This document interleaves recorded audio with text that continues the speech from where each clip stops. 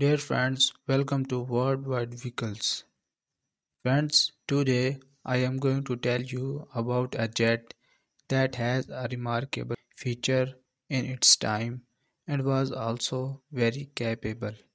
It was Tupolev Tu-128. It was the largest and amazing fighter jet introduced in the mid of 1960s. It is a Russian fighter jet and its manufacturer is Tupolev.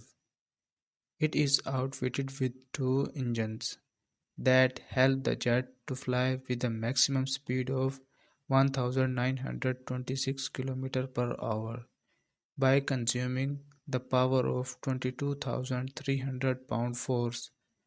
This wonder jet can fly up to 51,200 feet up in the sky. In just 1 minute, this jet can climb 25,000 feet distance. This jet can carry the maximum load of 43,000 kg. There is a 17,458 liter fuel tank capacity in this jet. There are two general seats inside it. As it is very big fighter jet, its length is 98.46 feet.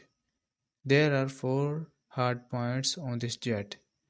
There are four air-to-air missiles, in which two are radar-guided and two infrared homing missiles.